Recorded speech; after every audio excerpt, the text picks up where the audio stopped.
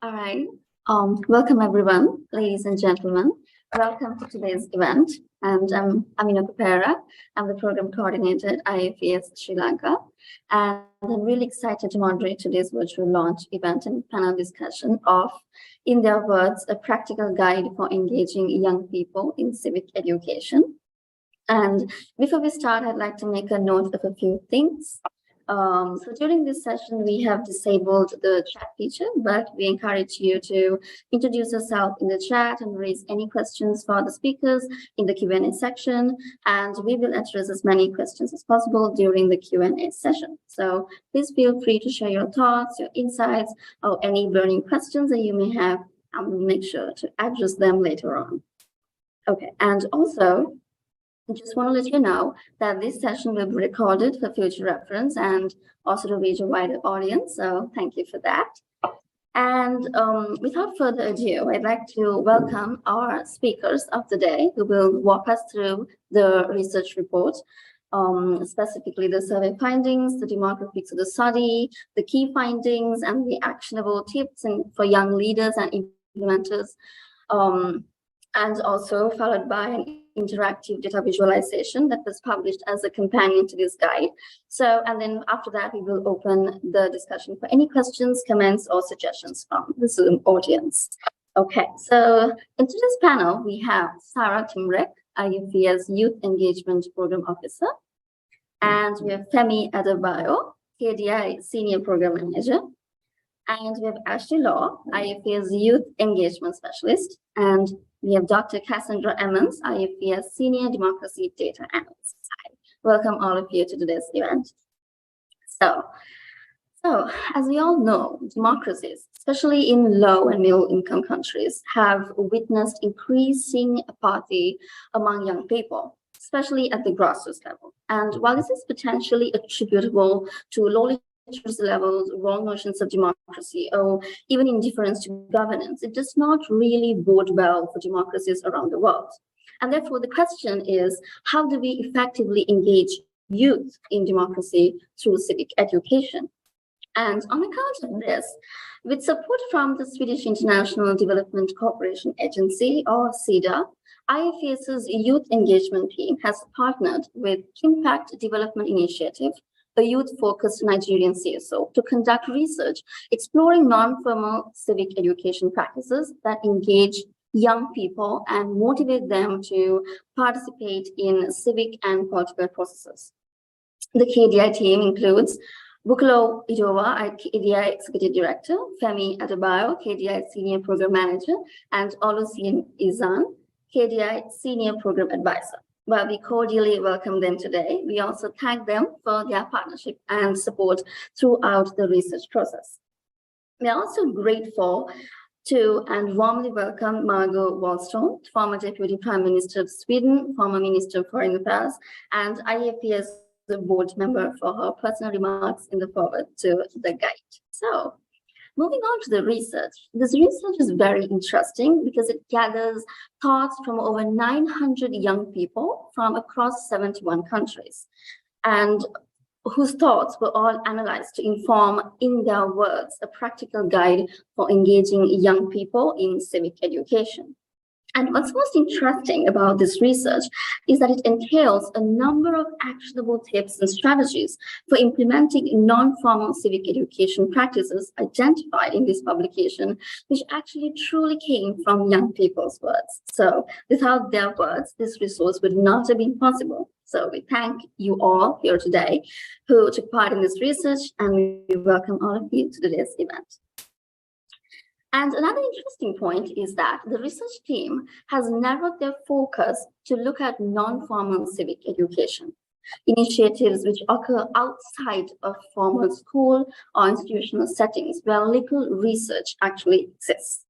So in fact, the most interesting thing about non-formal civic education is that it can be a very effective tool in building more democratic societies by bolstering young people's leadership opportunities, especially given its adoptable modalities and the ability to be tailored to different contexts, communities, and tailored to diverse and intersectional youth populations, such as young women, young people with disabilities, or even young indigenous people. So, for instance, drawing from a local example in Sri Lanka, in my home country, Sri Lanka, at a time when there is large public dissent and youth mobilization against the government demanding structural changes, democratic reforms, and transparency, non-formal civic education has actually helped translate, which is sometimes uncoordinated civic activism, into effective and strategic political activism, while also it has contributed to the creation of a set of informed youth aware of their rights and democratic values. And also, non-formal civic education in my country has encouraged increased engagement of young people in formal political processes. So, a study exploring the best non-formal strategies for civic education for young people could not have come at a better time. So, to begin our discussion, I'd like to draw attention to the key findings and takeaways from this research. What are some of the interesting points that you've acquired from this research? To this, I'd like to invite Femi Adebayo, KDI Senior Program Manager, to brief us on the research findings and how this research is actually relevant for KDI and its future programming. And before that, I'd like to invite Sarah Timrek, IFES's Youth Engagement Program Officer, to discuss the demographics of young people and diverse regional representation engaged in the survey study and the focus group discussions. As we know, the research approach included both a global survey and FGDs. So I invite Sarah to walk us through these demographics more in detail, followed by Femi Adebayo, who will discuss the key findings. Sarah, the floor is all yours. Thank you so much. And I'll be sharing a short presentation as well. But thank you, Anoka, and thank you to everyone in attendance today. As one young survey respondent said, in order for young people to get involved, it is first necessary to investigate how to reach them. And as part of IFES's strategic plan 2020 through 2024, under strategic outcome 3, all people safely participate in civic and political life on an equal basis, IFES set out to do just that, to investigate how to effectively engage young people through civic education and support them as democratic actors participating in civic and political life. IFES defines civic education as programming that seeks to foster an individual's democratic attitudes, values, and behaviors, equipping them with knowledge and skills to support their active and informed participation in civic and political processes. And within civic education, formal civic education takes place in formal school-based settings, whereas non-formal civic education takes place outside of formal school-based settings, which, as has been noted, was the focus of our research. Civic education programs of all types have proved to be effective tools for building and sustaining democracies. However, countries primarily focus on formal curricula in schools and education institutions. The research team prioritized non-formal civic education in the research because we found that while formal civic education is absolutely important, it is not always developed from a rights-based perspective and is challenged by inaccessibility in countries where not all young people have access to formal school systems. So we sought to capture young people's perspectives on these issues and the non-formal civic education strategies that work for them through a global survey. The survey included questions on youth engagement in civic and electoral processes, effective non-formal civic education methods and strategies that engage young people, effective methods of engagement for young people in communities, and access and barriers to access for young women and young people with disabilities. Data was disaggregated by age, gender, disability, level of education, place of residence, either urban or rural, and employment status. Through IFES and KDI's Global Youth Civic Engagement Survey, we received 858 responses from young people across 71 countries.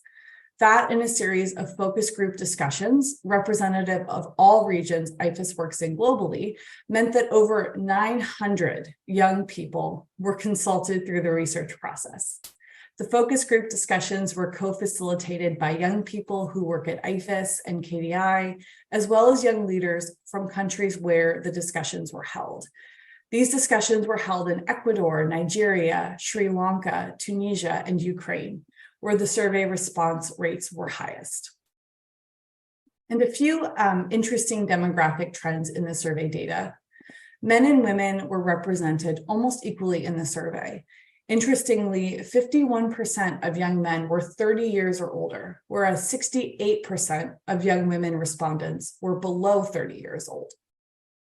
85% of respondents identified as living in an urban area, and 15% of respondents as living in a rural area. 10% of respondents identified as a person with a disability. Across most regions, respondents identified as affiliated with civil society organizations. 61% were employed, 28% were students. We have captured these demographics and others in the guide to reflect the diverse groups of young people we were able to reach through our research. And now I'll pass to Femi to discuss some of the key findings. Thank you, Sarah. KDI, which is Kimpact Development Initiative, as a long-standing partner of IFES, worked with the youth engagement and research team of IFES on the technical aspect of the study, supporting the research design, and of course, administering the survey questions, conducting focus group discussions, and analyzing the data set. The key findings from the research practically include, number one, young people are active in their community. The data shows that 64% of survey respondents felt that young people were highly and somewhat engaged in electoral and governance process in their country. Respondents felt electoral participation was one of the top ways young people engage in their communities. But young people are also involved in the myriad of civic engagement activities, such as volunteerism, advocacy, and activism, and participating in youth association or clubs. Secondly, not all young people have equitable access to participate in civic and political life. Half of all survey respondents believed that young people and young people with disability do not have equal access to engage in their communities. Societal exclusion, stigmatization, and discrimination, cultural norms, and legal barriers were raised as obstacles to their participation. And of course, it's important to also stress one of the major key findings, which is social media is an effective method for engaging young people. Most survey respondents, including 78% of those living in rural areas, identified social media campaigns as the most effective non-formal civic education method for engaging young people. Young people are also leading social media campaigns, and respondents said that this is the non-formal civic education strategy that they see young people leading most in their community. Based on the analysis and insight gained from the data gathered on how young people engage in non-formal civic education, KDI has started reviewing its social media plan for civic education and voter education before and after elections to accommodate trendy youth-friendly concepts. Also, KDI in the upcoming subnational off-circle governorship elections will be engaging the State Independent National Electoral Commission on the best way to amplify civic and voter education on social media platform, most especially using youth-friendly content. And I think at this time, I will pass to Inoka to continue with the flow of the launch. Thank you, Femi. Yes, and also thanks, Sarah, for that great overview of the research, where you actually highlighted the context to the research and the significance of non-formal civic education. And it's also so very interesting to see how diverse the regional representation is, which I believe you would all agree makes the study universally applicable. And on the other hand, the diversity in the demographics is an added value, which actually helps understand the trends and traits of youth engagement in the present day and age. So, and also Femi discussed 3 very interesting key findings of the survey, including youth participation in civic engagement, where you mentioned how most youth felt that electoral participation is one of the top ways young people engage in their communities, in addition to other forms of civic engagement, which I believe is a positive trait in most societies. And you also highlighted numerous challenges in regards to accessibility and inclusivity. I think this is also why it is important to encourage and foster non-formal civic education among communities and societies. Because often a formal approach tends to reflect inequities and other democratic shortcomings embedded in a country and might not include all young people, such as especially those who are not in school due to barriers such as gender identity, disability, language, and geography.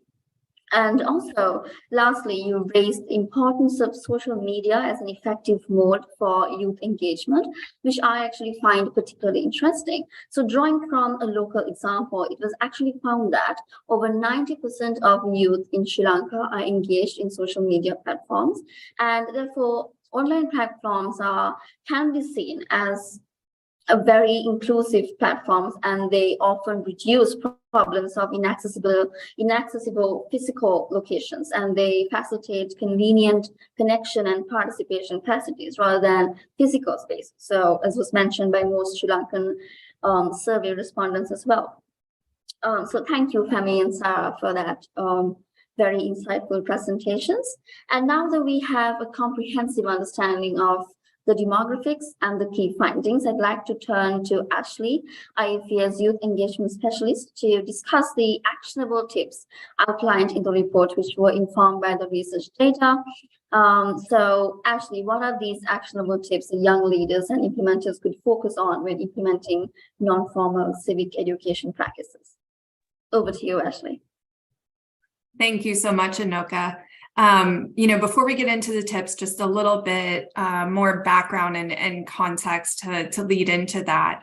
As mentioned earlier, little research exists on young people's involvement in non-formal civic education practices and the impact that such programs have on empowering young people to express their agency and lead positive change in their communities. And this is really important to understand because we do know that young people are key players to building and sustaining democracies. So we have put together this guide as both a learning tool, so young people sharing their own experiences with their peers, and also a practical tool in which young people, youth-led and youth-focused CSOs and practitioners working with young people can apply these tips to civic education programming. And so we titled this report In Their Words because of just that. These ideas and tips come directly from young people. And under each tip, there's tailored guidance for young leaders and for practitioners, which they can immediately apply to their efforts. We've also included a couple of case studies from IFES and KDI programming to really demonstrate how these tips can be put into practice. So these 7 tips were distilled from young people's responses to the survey and comments made during the focus group discussions. Some of these may sort of challenge your assumptions, and other ones may be ones that you've thought of. But I do think what is really important to remember is that young people are stating what they want and what they need. And as practitioners, especially, it's upon us to really listen, to ensure we are able to create and implement programming that is relevant to them, inclusive of them, and accessible to all young people. So the first tip is recognizing social media as a platform for leadership. And as Femi said, young people are really active in this space, disseminating and gathering information from various social media platforms. So this is a key place to really engage with young people, lean in, and empower them as leaders. Second, apply a mixed media approach. While social media was the top choice for youth engagement, our qualitative data explain that social media in tandem with or followed by in-person activities is almost just as important because it allows for more human connection. The third tip is to acknowledge young people with intersectional identities. You know, we can't express this enough. Young people are a very diverse population. So we need to engage all populations in our work and tailor programming in a way that is relevant to each unique identity, including Indigenous youth, youth with disabilities, young women, ethnic and religious minority youth, and displaced youth. Our fourth tip is to make civic education more accessible.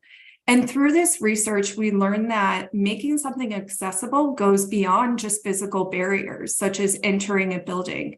It also means looking at economic and internet conditions. So providing accessibility measures like funds for data credit or transportation and childcare costs, along with making materials accessible to assistive devices like screen readers. This can go a long way in making programming more inclusive and accessible to all young people. Our next tip is to engage young people under 18. And I want to just share a quote because I think it really is quite spot on with this one.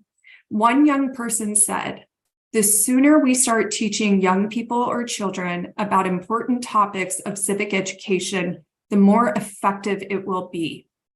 And research backs this up. Engaging children earlier in life can create more sustained patterns of democratic behavior in their adult life. Our sixth tip is to incorporate peer-to-peer and intergenerational learning. You know, survey and focus group respondents alike noted how important it was to have feedback loops or opportunities to collaborate with their peers to learn from each other, and also to learn from older adults who have years of experience working and engaging in democratic processes. Our last tip is to include civic education throughout the electoral cycle. It became really clear that a lot of young people who took the survey, who participated in the focus group discussions, feel that efforts to enhance knowledge of democratic and especially electoral processes should be something that's ongoing. Typically, it's something that they see only now leading up to an election, but they feel it's really important to engage young people in all phases of the electoral cycle. And so I mentioned there are two case studies to really show how these tips can be applied in the real world. First, we highlight IFES's Inclusive Digital Advocacy Toolkit, which is shared to kind of relate back to the first four tips mentioned in the guide. So while the toolkit speaks to using social media for advocacy, there's also a lot of rich information and guidance for how to leverage in-person advocacy efforts or how to use a mixed approach. Intersectional identities are also amplified through advocacy examples in the toolkit. And then there are also detailed steps for how to make efforts more accessible by using things such as alt text. KDI's Impact Democracy Schools are the second case study highlighted, and it demonstrates how you can engage young people under 18 and really the value in doing so. The case study also discusses ways that they've included peer-to-peer and intergenerational learning through alumni and mentoring networks, and why it's important for this particular program to be implemented on an ongoing basis to support continuous learning and encourage youth participation at all times throughout the electoral cycle, including during the pre- and post-electoral phases. So our hope is that this guide, which is full of insight from young people across the world, really equips readers, young leaders and also practitioners who work with young people with the knowledge to make civic education more inclusive, accessible, and relevant to all young people.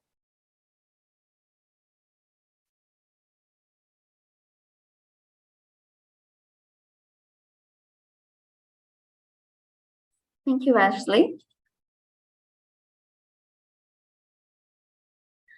Thank you, Ashley, for walking us through the 7 actionable tips and strategies for implementing non-formal civic education practices and for actually detailing them extensively using case studies from various countries, which actually helps gain us a better understanding. So I also think that these tips, indeed, they remind us that it is integral to ensure that young people, they feel secure physically, mentally, and emotionally when either delivering and participating in activities, and that not all methods of engagement are accessible to and inclusive of everyone. So thank you, Ashley. And now I'd like to move on to the next phase of this research, where IFES has published an interactive data visualization as a companion to this guide. And it is actually an interactive visual representation of the respondents' demographics, their regions, and the survey questions themselves. So I invite Dr. Cassandra Emmons, IFES Senior Democracy Data Analyst, to present the flow map to the audience and the participants. Over to you, Dr. Cassandra. Thank you so much, Anoka, and let me share my screen with you all now.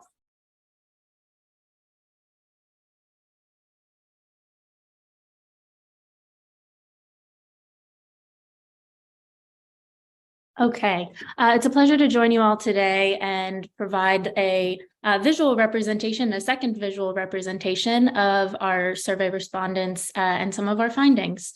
So Flow is a storytelling platform that we've utilized to bring to life some of the findings for a broader audience.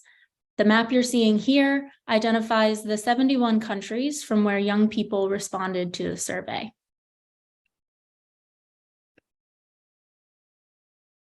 This next step shows the same visual representation of the globe, but also a visual representation of all 858 survey respondents. Each dot represents a respondent, and by hovering over one of them, you can see more about their gender identification as well as their age group. So as Ashley was explaining earlier, we really do have survey respondents of all backgrounds. Here's a third representation of those same respondents around the world. We can see the countries where our focus groups were drawn from, these higher bars of participation in the survey as well.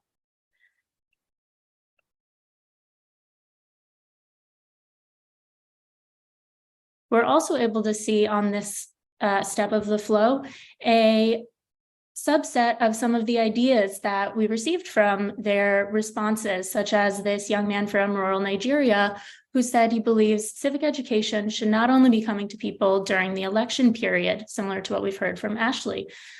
We should look for a way to make it part of day in and day out things people learn and get involved. On the other side of the world, one of our respondents from Timor suggested that nonformal civic education initiatives are most effective for increasing involvement in the political, civil, and electoral processes in his community, and to socialize what is important in politics with young people and give them the space to participate. As we also have heard from my colleagues, one of the main takeaways from this research is to meet young people where they are. So this is a visual representation of respondent selection for the single most effective method of conveying information in an understandable way, broken down by region according to color. So overall, as we've heard, we see that social media is a clear winner here, followed most closely by in-person activities. And this is a pattern that also holds across the regions. If you wanted to view just a specific region, you're able to do so this way. And as one young man from Zimbabwe articulated, social media engagement as the #1 method of conveying information in the quote that you see represented at the bottom as well.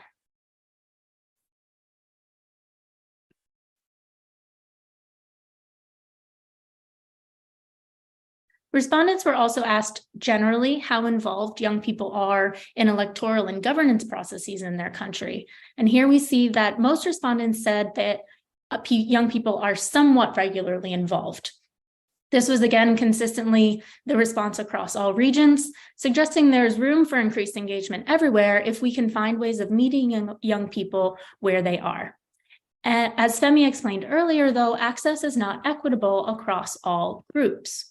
So we also asked specifically whether young women in respondents' countries have equal access to participate in civic and political processes. What we see here is region by region, some slight variation of whether the majority said no or yes, but we can also learn from the specific feedback we received from, for instance, this young woman from Ethiopia, who said it is because young women are not considered as influential as young men in the process, creating and achieving most changes in almost all aspects of life in the community, and that the community itself believes and chooses men over other than women for any kind of civic political activities. There are other quotes here that once this is published online, you may feel free to click around and see what some of our other respondents said as well. We asked a similar question about whether young people with disabilities in respondents' countries have equal access to participate in civic and political life. Here, overall, the response was no rather than yes, again, with some slight variation of region to region. As we hear from this young woman with a disability from Georgia, information about parties' platforms and programs often is not published in accessible formats. We are less likely to get elected, even if running, and then also speaks to the lack of financial resources necessary to run, as well as the social capital. So other quotes are embedded here as well, again, for exploring the data further. This will all be published online along with a copy of the report that will be available on ifes.org. So with that, I will hand it back to my colleagues.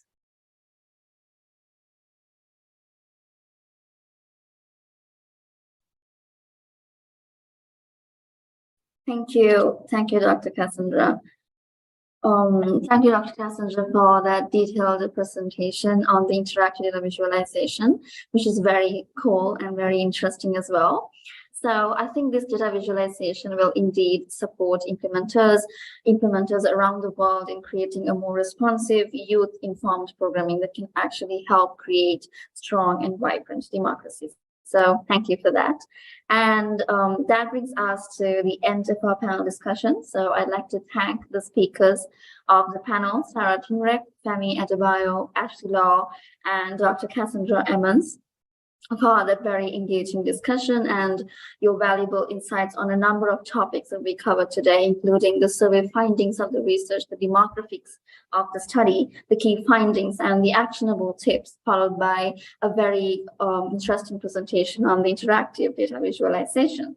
So thank you everyone for that. And so we will now open the floor for questions, and we would like to invite questions from our Zoom audience. We have disabled the chat feature once again, but you can submit your questions in the Q&A section. So please feel free to share your thoughts, your insights, any questions that you may have. So we do have some questions. Let me grab one. So our first question is, how do we deal with misinformation and disinformation while using social media as a platform?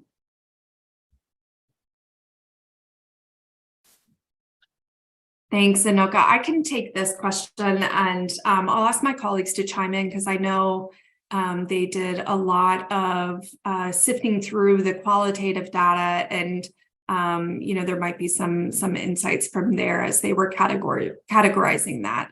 I do think, this is one of the challenges that we have with sort of leaning into using social media as a leadership platform. But I think there's a lot that we can do. And really, like I said, leveraging this platform as a space for leadership. So often we, in our programming, look at leadership, what it means sort of in person. So how to lead a team face to face. But I think it's really important to think about what ethical leadership and good leadership looks like online.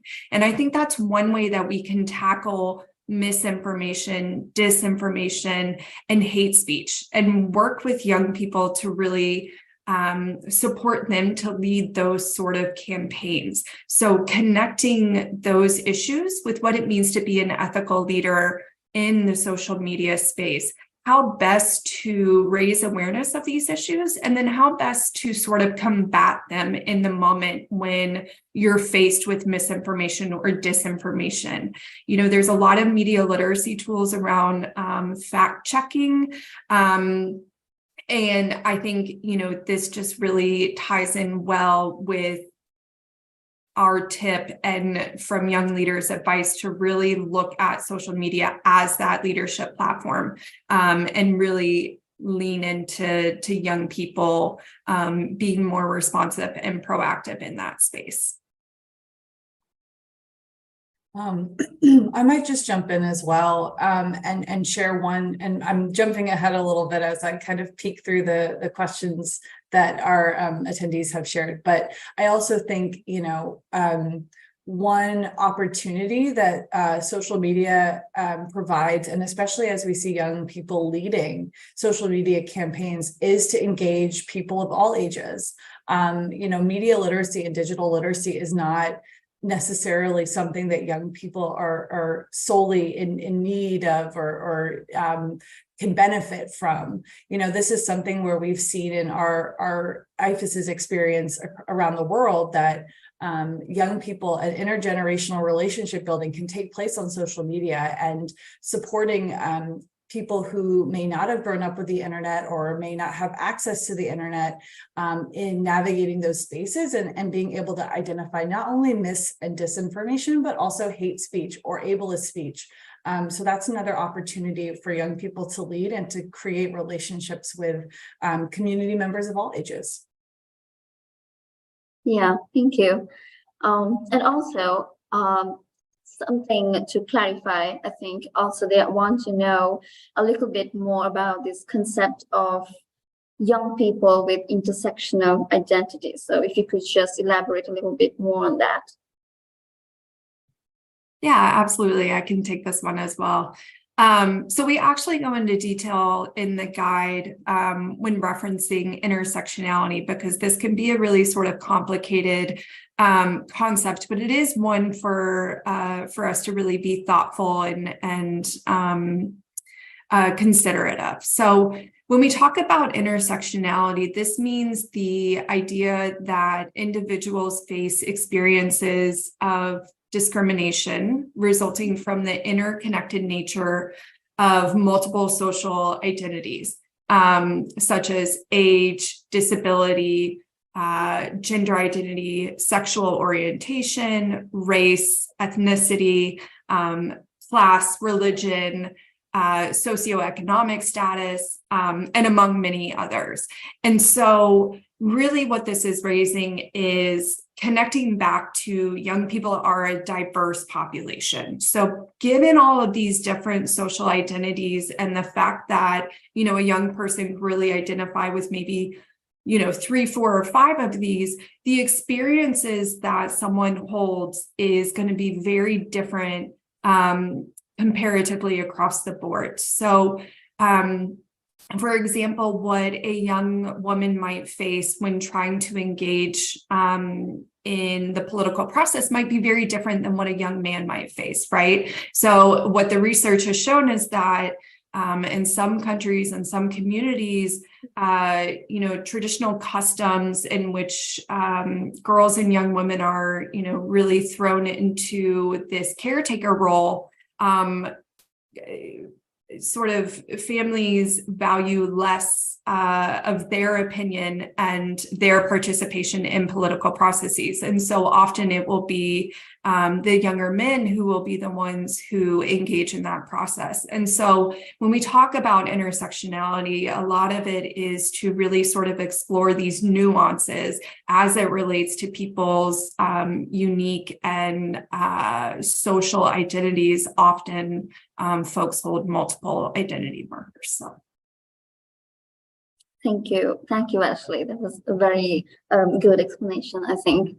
And also moving on, so we have a question regarding the youth organizations that were available in the survey. Like, were they student councils, were there youth councils of government or youth parliaments? So a little more about that. And also, I think, I think we can also couple that with about how did the survey differentiate electoral participation from political participation? So if you can answer those two. Yeah. Yeah, rather than hearing from me, I wonder if Sarah or Cassie, you might want to chime in on the different organizations or groups of young people who took the survey.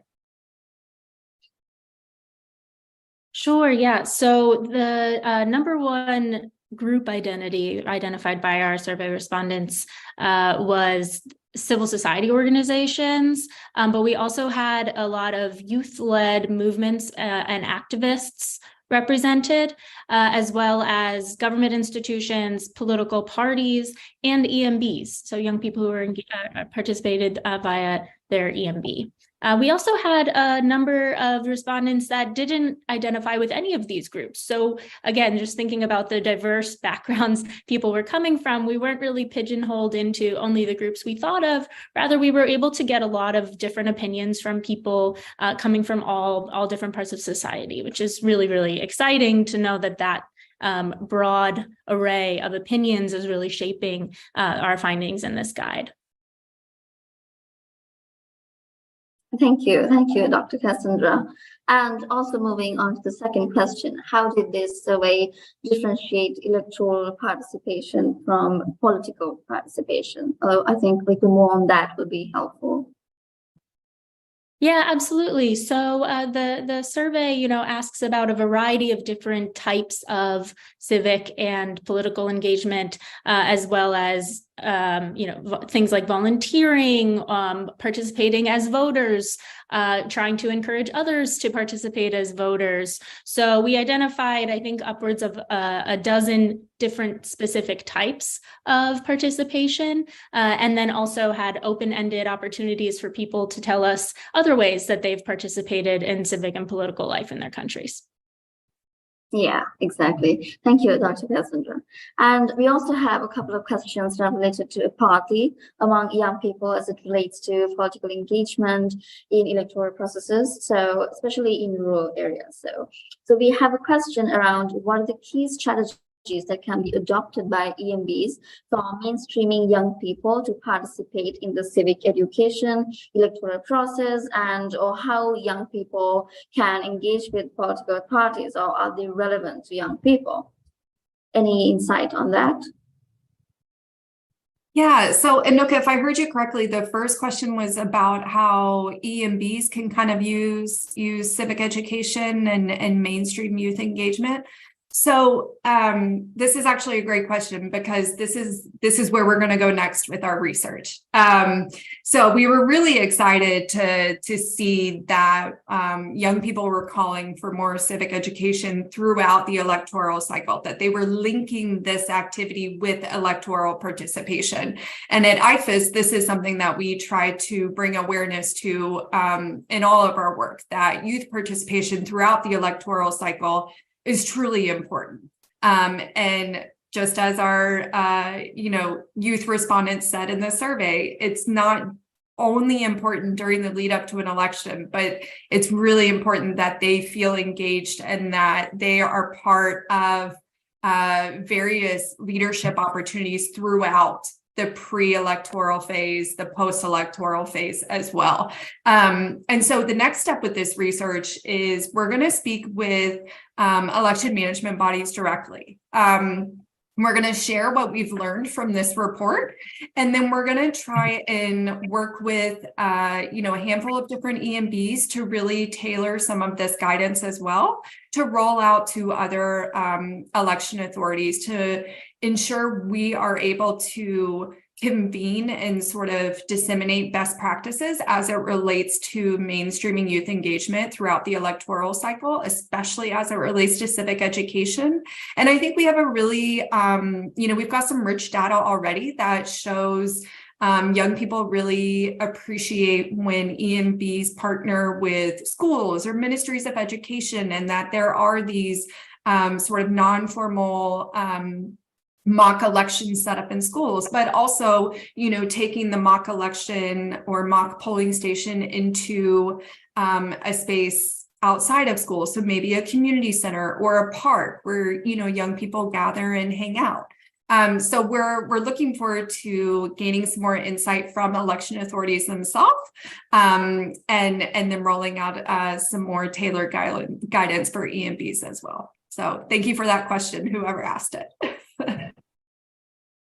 Inoka, just to add to what Ashley has said, it's for us at KDI, one of the major things we're also trying to do with this practical guide is we have about 3 off-cycles election coming in Nigeria, and it's very important to state that we'll be using this guide in engaging each of the state independent National Electoral Commission to be able to increase, build their capacity on how best they could leverage the tool to, get across to young people, using the social media, and of course, beyond the social media, because we also understand that it's a blend of individuals that are, native internet users, and of course, people living in digitally divided, divide community.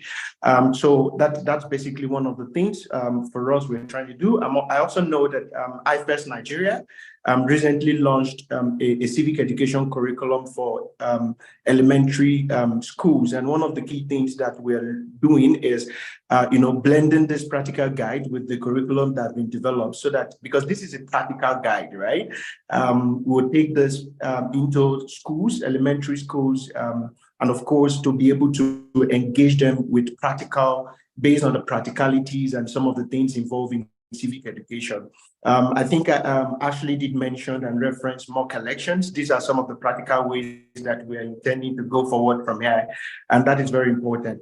For us at KDI, we also have digital civic education pool called Niger Talks.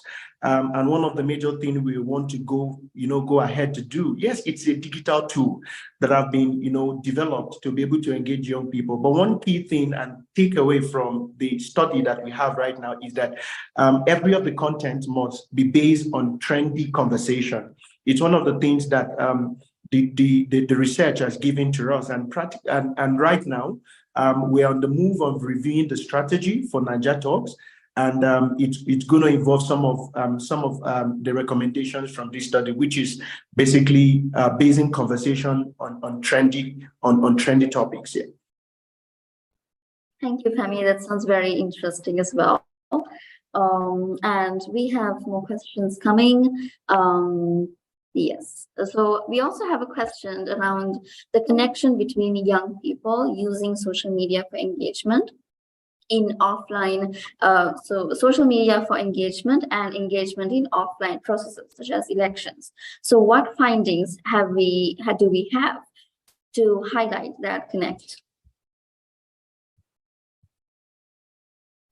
Yeah, I think we have some good anecdotal evidence. So in the qualitative data, I think there was a lot shared around how social media, when civic education or voter education specifically is delivered through social media, that is really received well by young people, that it is a really great way to mobilize youth participation in elections. And I think, to your previous question, Anoka, this is something we want to share with election management bodies as well, and really make sure we're supporting them with those efforts. But I think, Cassie, you might have something to add to this point as well. Yeah, thanks, Ashley. Also, I saw another question in the chat that I think I can answer both at the same time, which is about reflections from the survey of how young people play a civic role where the spaces to do so are shrinking. So this, along with the question you were just asking, are both things that we're planning on tackling under IFES's 2023 to 2026 learning agenda, which was just recently launched. So I think we can share a link with the full set of 14 questions that we're planning on tackling, but question number 8 is our youth engagement question, where we're planning on building on this survey research to do exactly that, look at what this means for youth engagement in closed and closing spaces, and how this guide can be just as practical in those contexts. Thank you, Dr. Cassandra. And yes, and we also, so we have an interesting question from Pakistan. With elections expected in Pakistan this year, we have a question as to what are some of the key strategies or recommendations to encourage youth to show up on the ballot box instead of just in front of their screens performing as keyboard warriors.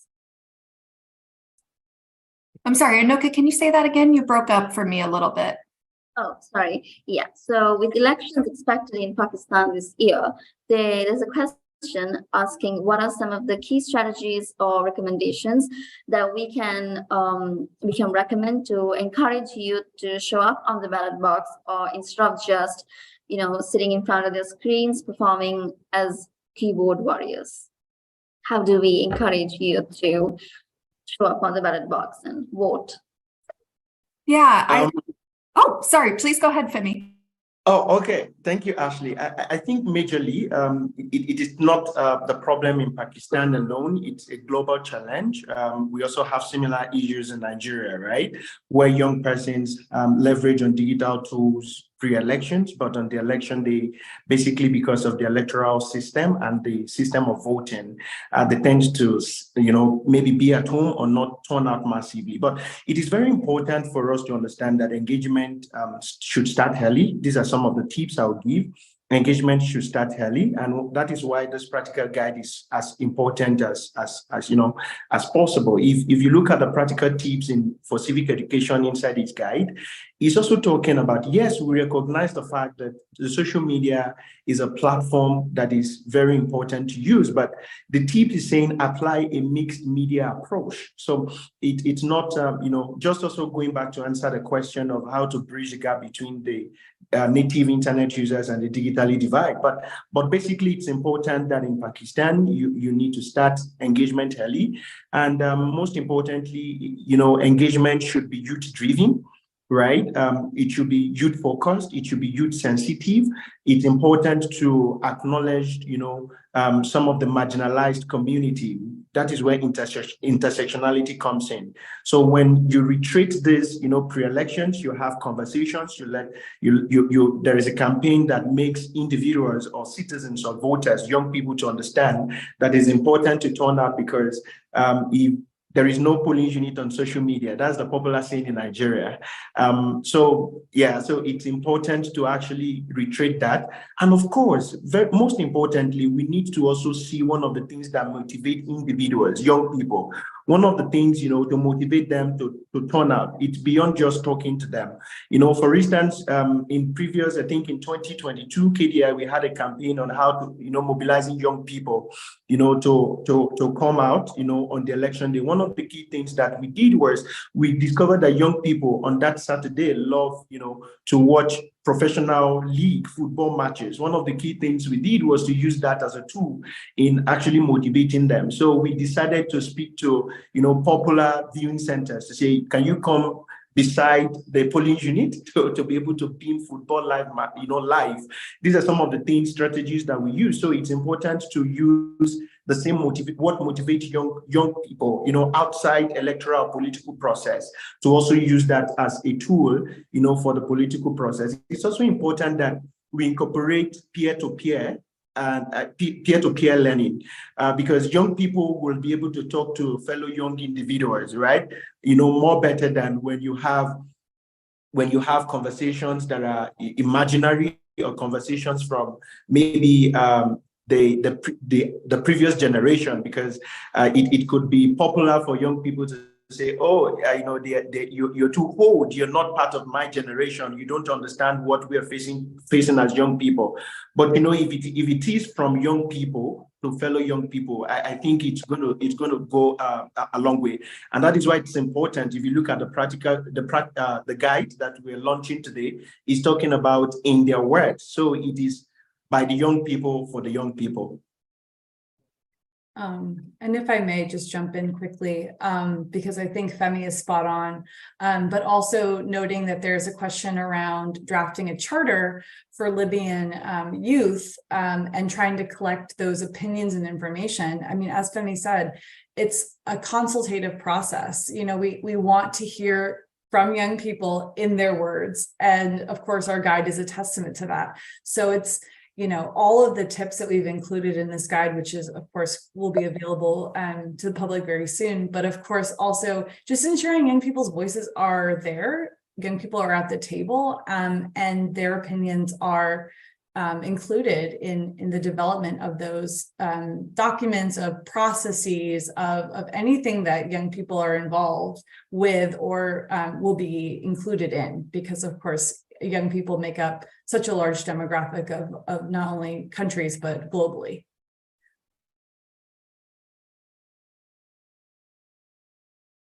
Yes. So one last question, I think, before we wind up is around how to facilitate intergenerational learning, especially if there is political polarization between age groups. Any insight on that? Yeah, I think the only point that I will add to that real quick, because I know time is not on our side, it's one major thing is for us to have, mentorship and tutoring. It's also one of the things contained in the practical guide, in their words.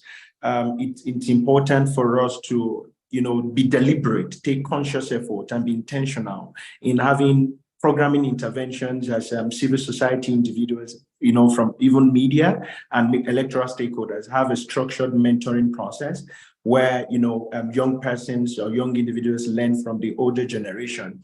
And that is very important for us to have that.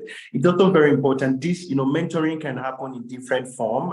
It can be, coming up with a learning process, such as exchange programs. It could be, for instance, the Impact Democracy School is a form of, mentoring that we are doing in Nigeria, where we bring in other individuals, people in the legislative arm of government, lawmakers, executive arm of government, to come and talk to young people. And this is the situation of things. This is how it is in the parliament. This is how it is as a governor. This is how it is as a commissioner.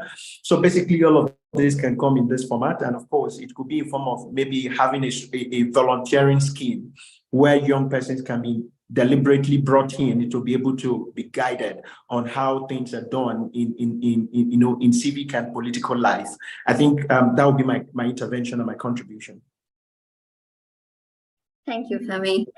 Maybe I'll just chime in quickly. I know we're over time, but just to say that I do think, as Femi said, intergenerational learning is a real opportunity here with political parties specifically, where leadership is traditionally young people are sort of excluded from those kind of positions. And I think if and where we see political party leadership being allies and champions of youth leadership, then I think working with them is really key to making sure that young people have opportunities for more formal leadership positions. So absolutely agree with Femi, and definitely there are opportunities there.